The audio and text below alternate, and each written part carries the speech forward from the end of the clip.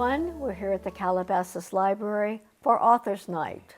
And our guest is Gil Garcetti, one of our favorite and one of the most talented men I've ever had the pleasure of meeting and enjoying not only his books, but his art as well. Thank you. And I think we all remember Mr. Garcetti from your days of being a district attorney. I was a district attorney. You were a district attorney. And after that, a whole new career, a whole new life, a whole new rebirth of talent. Indeed. Have you always done photography? I've been a photographer, Karen, longer than I was a lawyer. I've been a photographer since I was a young teenager growing up in Los Angeles. But frankly, I never took it that seriously in terms of being a career. But as you may recall, in November 2000, the voters told me to go and find something else to do. And you did. You showed them. I hope so. There are many things happen in life, and you try and take advantage of opportunities. And shortly after I left office, I was working with my son, who had surprised me, saying he's going to run for the city council. And when he announced this, I looked at him, Karen, and I said, "Eric, didn't you learn anything from me?" But he said, "Dad, this is what I want to do." So he did, and I worked with him, and he was successful. But in June 2001, I started taking photographs of the ironworkers. Here they are. Here's one ironworker. At the Walt Disney Concert Hall. Okay. One of the most beautiful buildings architecturally as we have here in Los Angeles area. But the first book was about the raw steel and the beauty of the geometry of that steel that I knew was all going to be covered up, but also about the ironworkers, because it was the ironworkers who contributed as much as Frank Gehry, the architect, did to getting this done. And I wanted to honor them. So that's how it all started. But frankly, before then, I had already been to West Africa right after I left office, and ultimately that became a photo project also. And you did I remember the book on that. I went to see your art exhibition at the United Nations about that. Yes, bringing water to Africa. It's this book, excuse me for reaching over, called Water is Key. Yes. And it really focuses on the need for safe water in West Africa.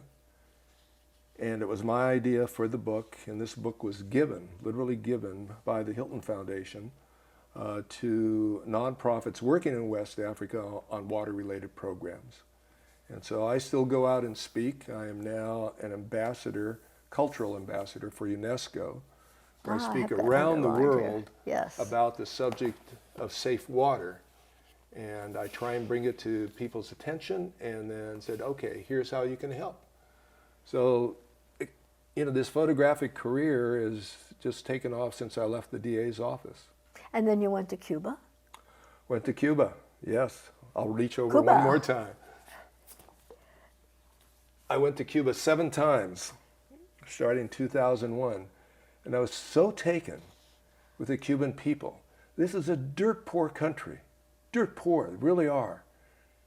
But when people dance in Cuba, they have a spirit, they have a living being that you don't find that often with people in the United States. That's what my son said. I think I told you he just came back from a 9-day trip, and he said the music, the dancing, it held him in the thrall of the whole country. Well, here's the book that came out on this, and we had an exhibition of these photographs at the United Nations, and it truly, I think, does show the spirit of the Cuban people. Though they have so little, when they dance, there's something magic that happens. And I wanted to show people in the United States and in the West, you don't have to have a whole lot to feel a spirit of life. Look what happens when they dance. So we're fortunate what we have, but we should also know there are other people throughout the world who can be thankful for many other things in their lives too. I think a lot of the people here in Calabasas remember your photography and the work that you did on Paris, because not only did you do an interview for us, for us, but you had your pictures on exhibition here in the library for several months. I did. Yeah, this was, again, a unique opportunity. I remember being in Paris strictly on vacation. And I was near Place Goncourt, the center of Paris there. And my brother-in-law was in the embassy taking care of some business. It was early morning by French standards. It was about 8:30 in the morning.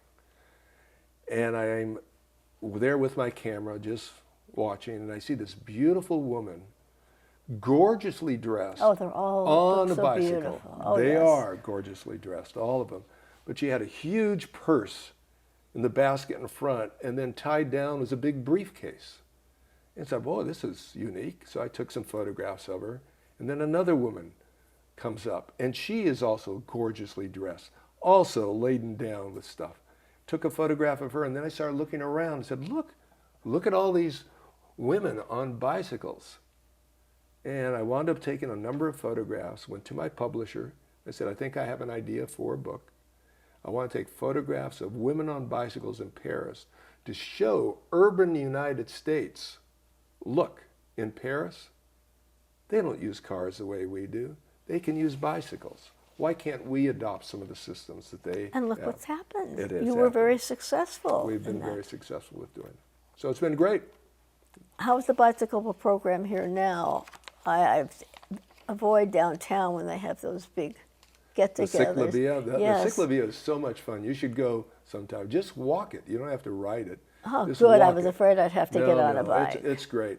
But it's like Calabasas. Calabasas has new bike paths and all, and they're Yes. working to, finish off some of the bike paths. People can see that, you don't always need a car. You can get on that bicycle. There's one photograph in here, and this is the book on Paris. I don't know if I can turn to it that quickly, but it's a photograph of a woman crossing a bridge, and I saw her just as she was crossing the bridge, and she was what we'd called a distinguished woman. She was a woman Of a certain age? Of a certain That's age. what you're Here trying she to is. say. Here she is. I don't know if you can get this or not. Oh, yes. This Look photograph at right her. here. I mean, will you look at how elegantly this woman is dressed? Look at that hat.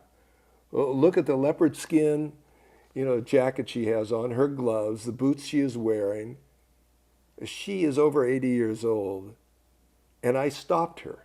And I don't speak French. And I went out to her, said, stop.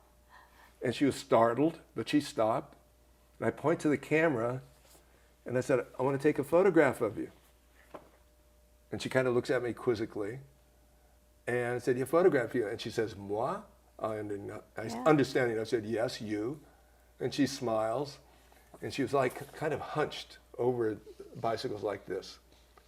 And she said, okay. And she takes a deep breath. She goes,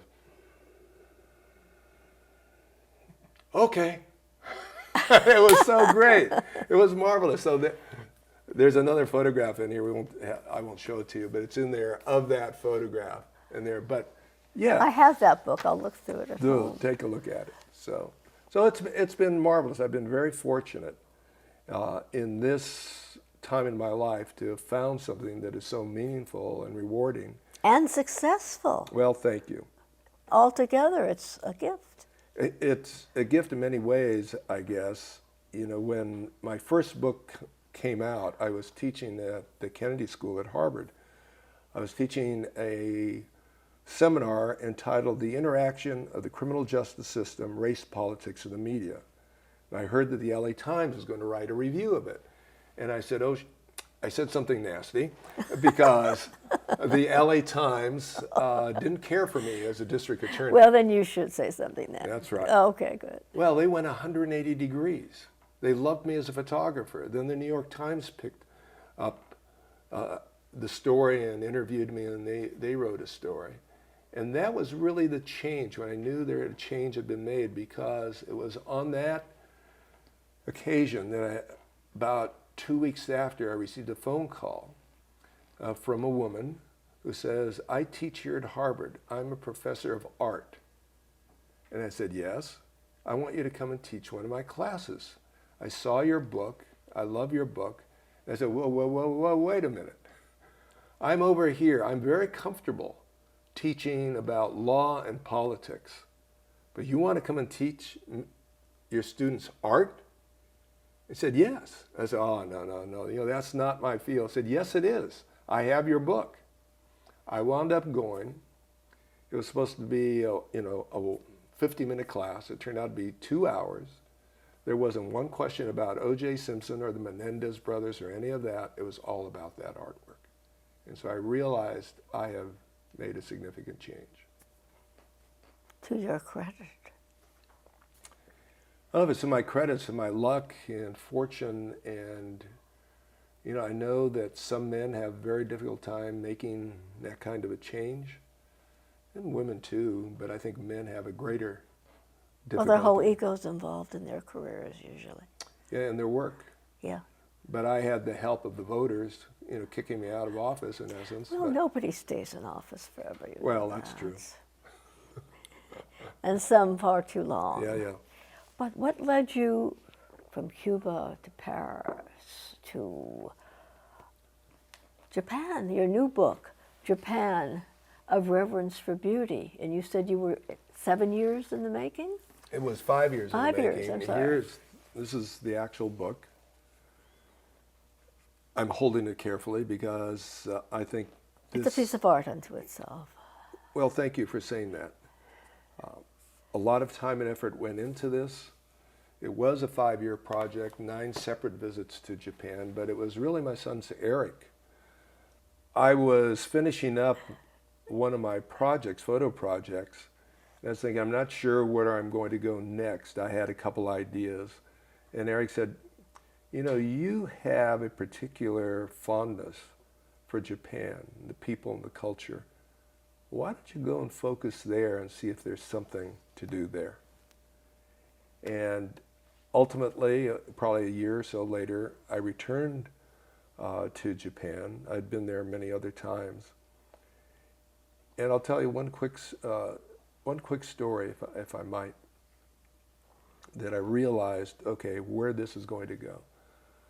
My fear was that anyone can take beautiful photographs in Japan. I mean, there's so many absolutely drop-dead gorgeous things to photograph. But that's been done.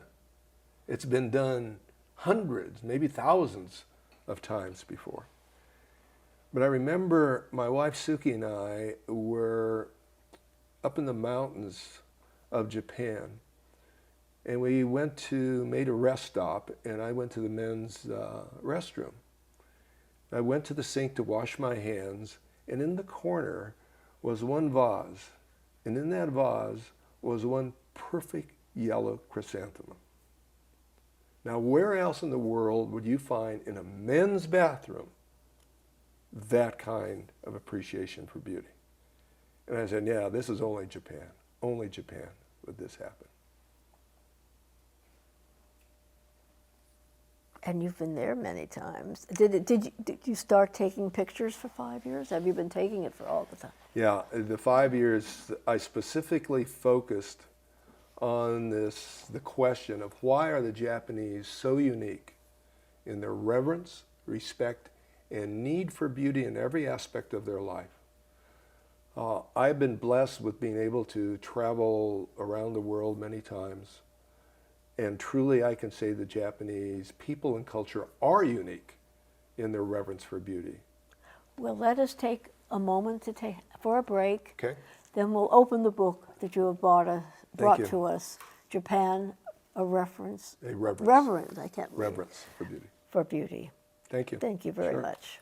Stay with us. We'll be right back with our guest, Mr. Garcetti, and his book, Japan, A Reverence for Beauty.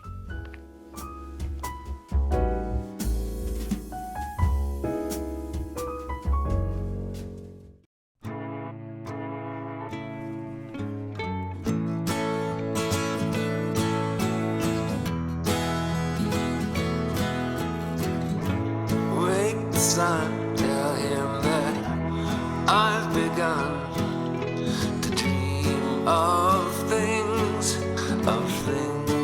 to come. got to look for me. I'm going to find some peace of mind. Wake the sun, wake the sun, wake the sun, wake the sun.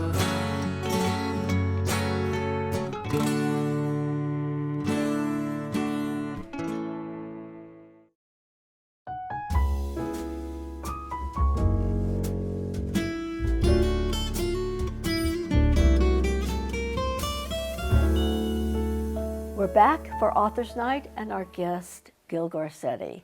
Let us open your book on Japan, A Reverence for Beauty. Well, here it is again. Again, Before I open it, if you don't mind, I'd like to talk about this one photograph that's the cover.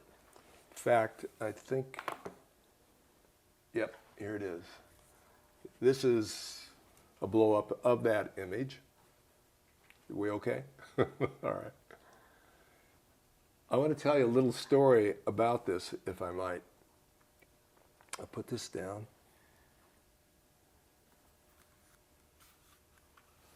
I was in this garden in Kyoto. The garden was originally built in 1349. 1349. Long, long time ago. And it's a magnificent, magnificent garden. But as I was walking around, I was photographing different things, taking it all in, watching the people. I saw this one leaf in the distance that seemed to be suspended in midair. And I stopped and I looked at it from probably 60, 70 feet away. I said, wait a minute, it's going to fall. Isn't it falling? No, it's not falling.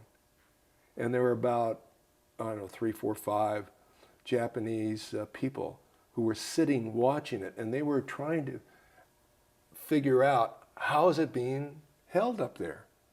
And so I walked over and they acknowledged me.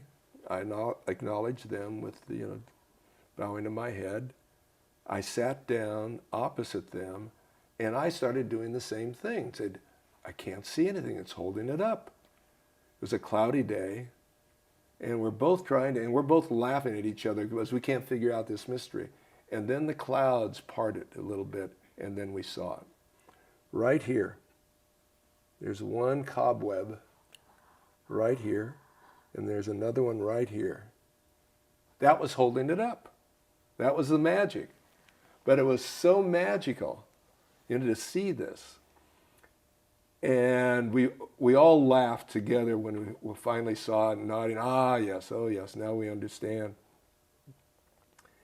And then they walked away and I walked away and I stopped for a minute and I said, would I have ever seen that in the United States, where there are Americans who sit down and actually try and figure this out? they're on their cell phones.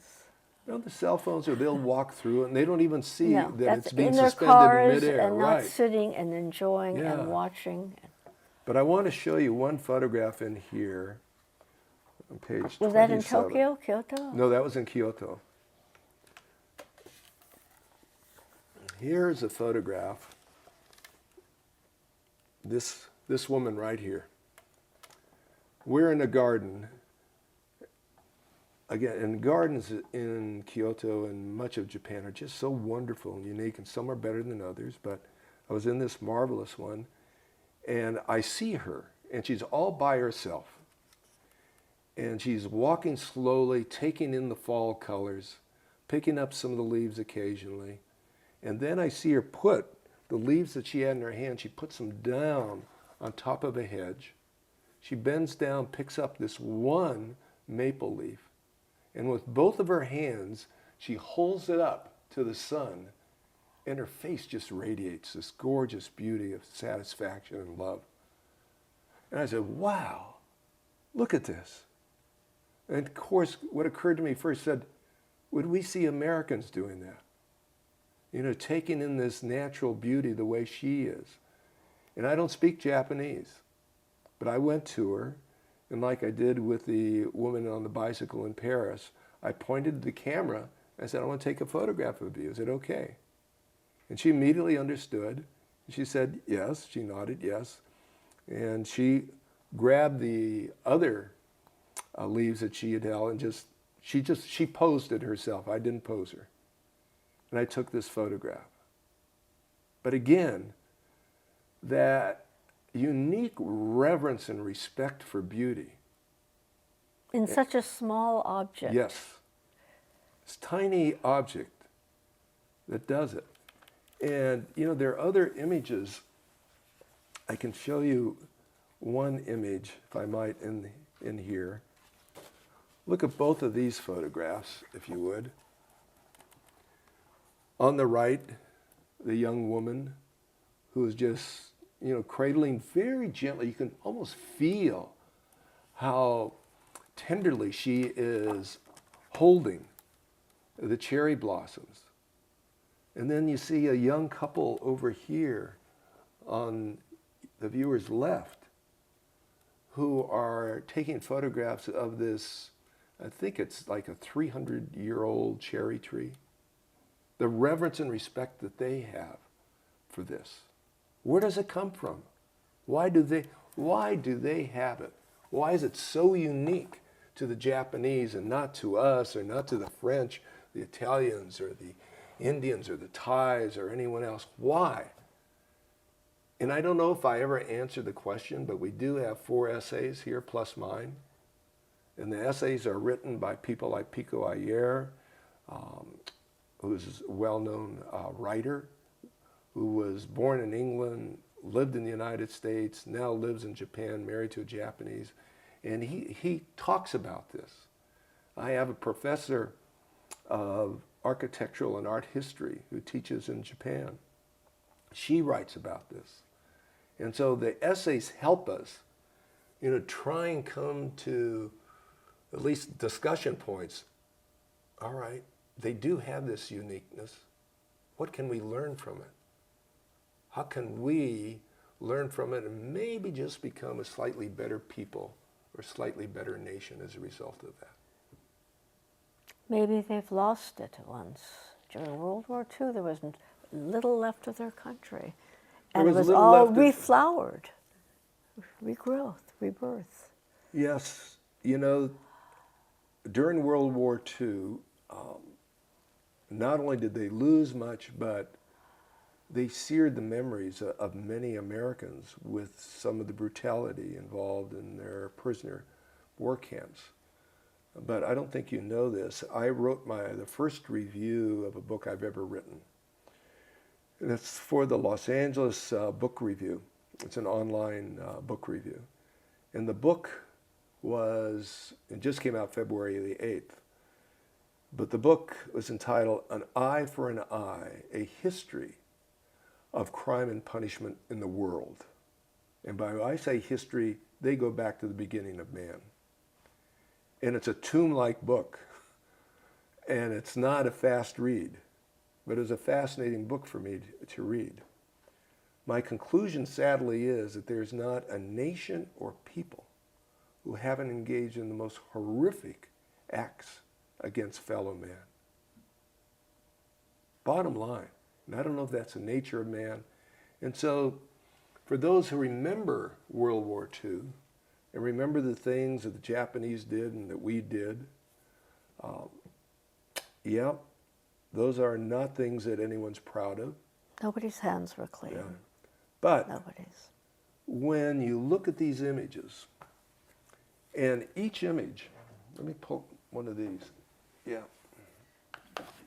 This image right here.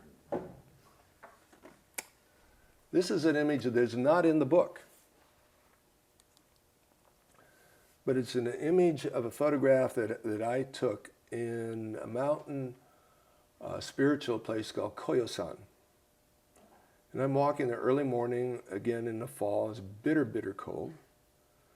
But as I walk, I see this scene of the yellow gold ginkgo leaves that have fallen here and up in here. And I think to myself, all right, if I lived in Calabasas or in Brentwood or wherever I live, And our gardener would have, brush it all aside, clean this all out. No, no, no. The Japanese want you to keep it there. You don't brush that aside. When they turn brown, then you clean it up. But right now, this is the natural beauty. Look at the ginkgo leaves that are up here, here, and here. The Japanese see that. And when they see that, they feel good about life.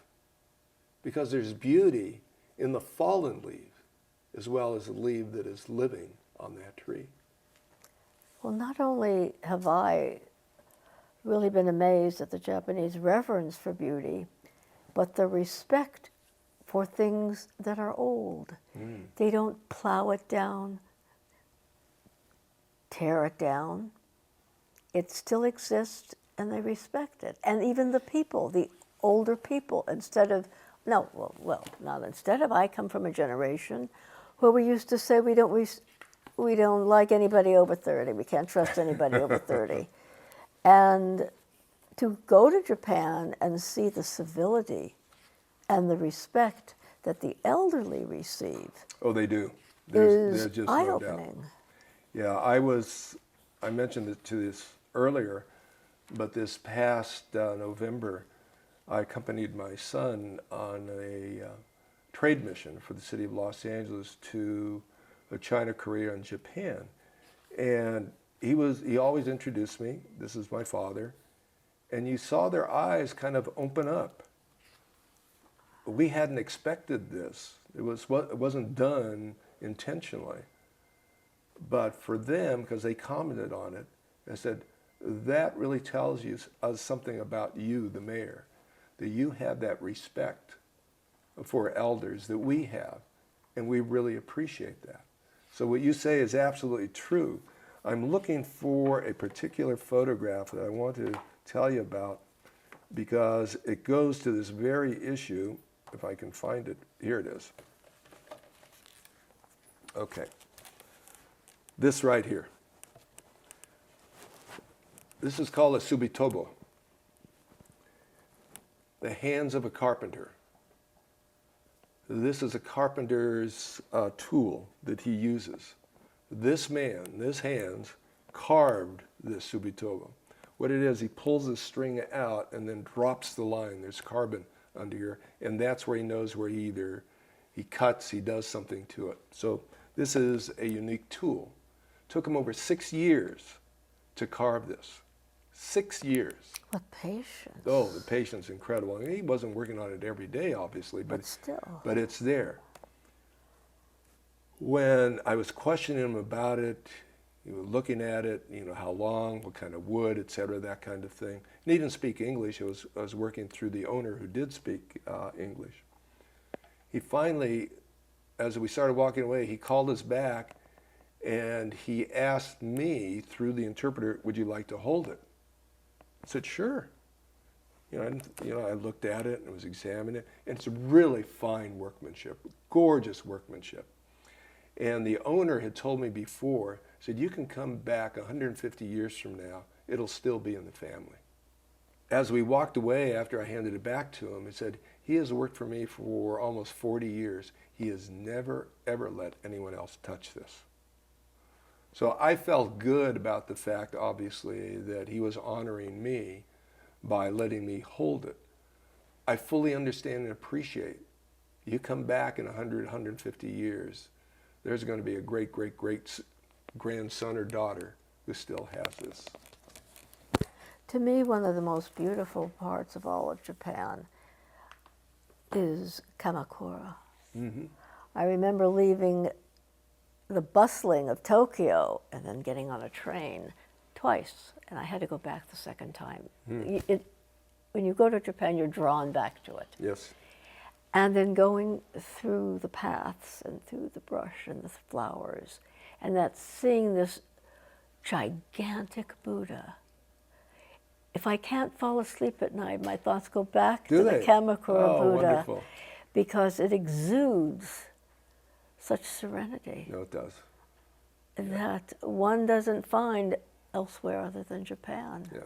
And let's leave Japan for 2 minutes. Sure. Take a quick break. Okay. Come back and finish our visit to Japan and with Gil Garcetti Thank you very much. Stick with us.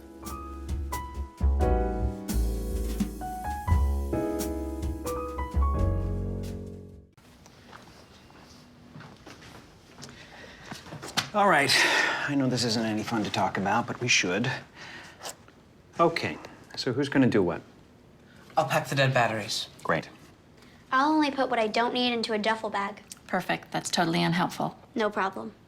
Meanwhile, I will try to comfort everyone by speaking in a calm voice. And I'll try to get the generator going without any gas. Oh, let's not forget the cell phones, which probably won't work. Right. And who is going to handle supplies? I can forget to do a list for us. Thanks, pal. Well, I think we couldn't be any less prepared. I'm proud of you guys. Talk to your kids about who to call, where to meet, what to pack. Visit ready.gov/kids for tips and information.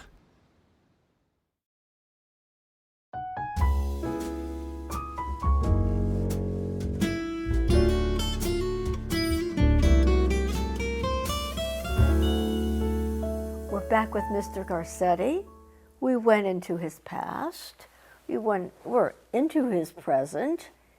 Now I'd like to go a little bit in the future.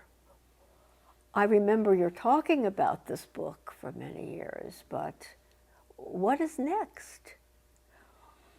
I know you have something in mind. You always have something Well, in I mind. have a few things in mind, but before answering that question directly, right now, probably for the next year, my focus is going to be on this book. Now, what do you have tours? Do you have engagements? Yeah, you can't find this book on Amazon. It's not going to be offered at most bookstores. You know, I because it's too went. I expensive. went into Amazon. I couldn't get it. No. It was just released in December. It's a limited run of 1,000.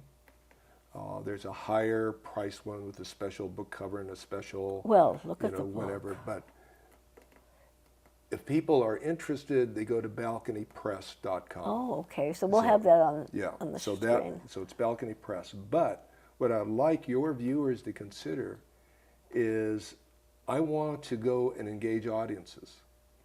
So if you have 75, 80 more people that you think might be interested in this, I show photographs, I talk about the photographs, and then we engage each other. And what can we learn from the Japanese? Are we learn from open all to cultures. learning? Oh yes, there really is. So I want them to contact me. I said, okay, if there's someone I can talk to, let's do it. So this will be a real focus. The ambassador of Japan has asked me to be sure that I go to Japan and speak. He hasn't seen the book, but he had seen some images from the book. And he said, the Japanese people, these are his words, the Japanese people need to see a white man tell them about the contributions that they have made to the world and how thankful we are. It's been a tough 20, 25 years in Japan. Yes. And I said, and we could use a little pat on the back saying, okay, we have contributed good things to the world. And so I'll be there in April. I'll be there again in the fall. Isn't that cherry blossom? No, fall is cherry blossom time. No. April? April's cherry I'm right blossom the time. first I'll be time. there in time for cherry blossom time. But then I'll be there again in the fall and doing it. But if your listeners are interested in me engaging their business, their community group, whatever organization it is, I'm more than happy to do that. You've always been very gracious that way. Thank you. That's how I met you originally. A young woman from was it Junior League or Yes, one exactly. of the leagues? The Junior League. Junior League? Yeah, I think it was Junior League. Junior League, yeah. So, but you asked what my next subject Okay. is. I'm not positive, but it's going to be, which is going to come first. There are three things I'm working on. One, my Los Angeles, whatever that means. Okay. Two, working on taking photographs of men, I guess you'd say elegant men of a certain age. And you have to be at least 80 years old or older. And in my eyes, there's an elegance about how you look, how you act and how you sound. And I'm not talking about necessarily you have to be an ambassador to Great Britain. No, You could be I know what you you could mean. be a ditch digger, but you're proud of who you are and what you've accomplished in your life. There are many photo books about women. There are not that many about men. So I want to focus on men. Have you started collecting I photographs have, of people? yes. And then the other one that I think I will do, but this could be the most difficult. I have been asked to photograph women who are in prison for life. And these are women who are in 2 facilities in California. And at first I said, no. You know, I was involved in that world, and for me now to come back in a different way but still involve myself, I don't think so. But this person who lives in the valley, in fact, I think lives in Calabasas, and I won't mention her name right now, but weighed on me, said, we could really use you. We work with these women who are in prison for life.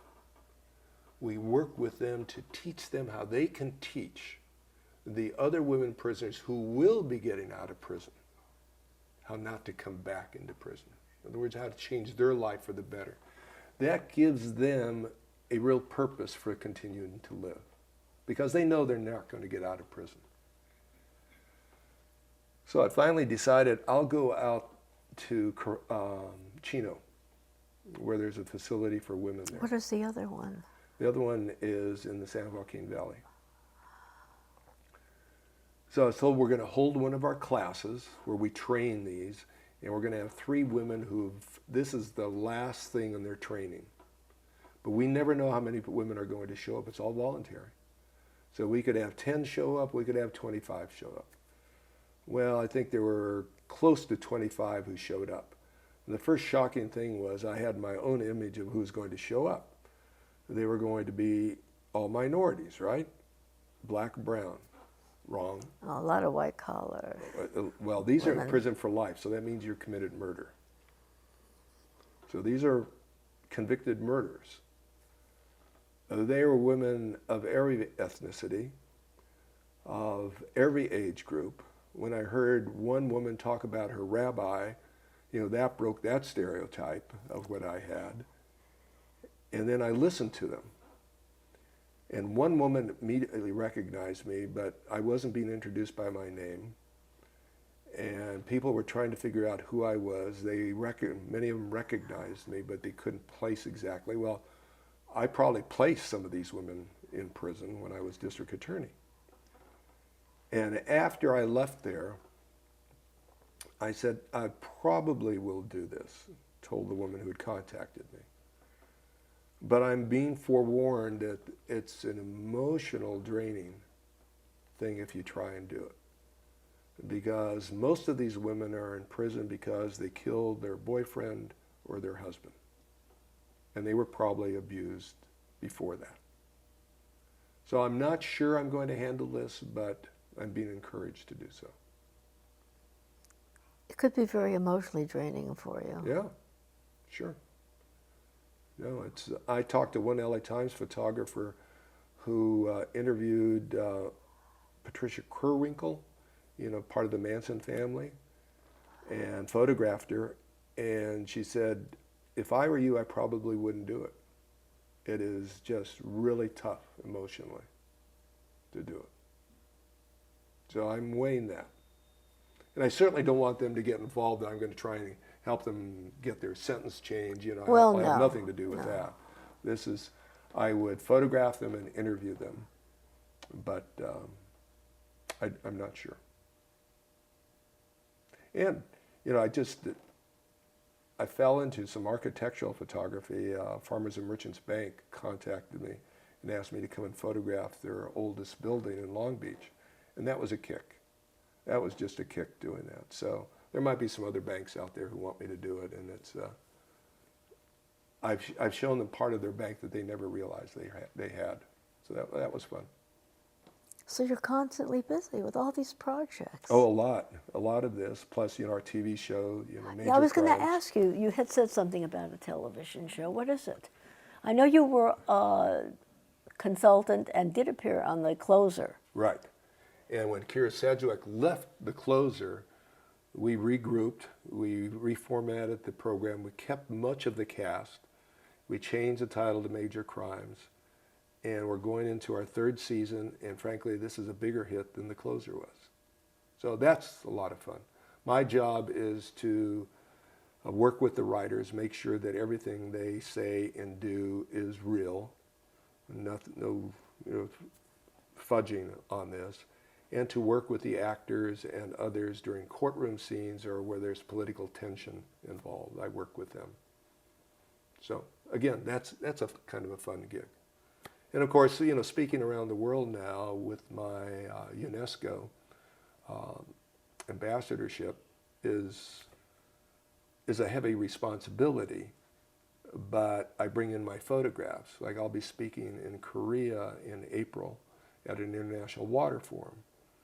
Who would have ever expected a former district attorney to go in and be speaking at an international water forum with people from around the world who know a lot more about water than I do. But I can do it. Well, I thank you very much. My pleasure. Thank you, Karen, for the opportunity. And as I have said oft times to the people in our audience, in 5 years, you'll be the same person as you are today, except for two things: the people you meet and the books that you will read, both of which we've had today. We've learned a lot, and once again had the pleasure of your company.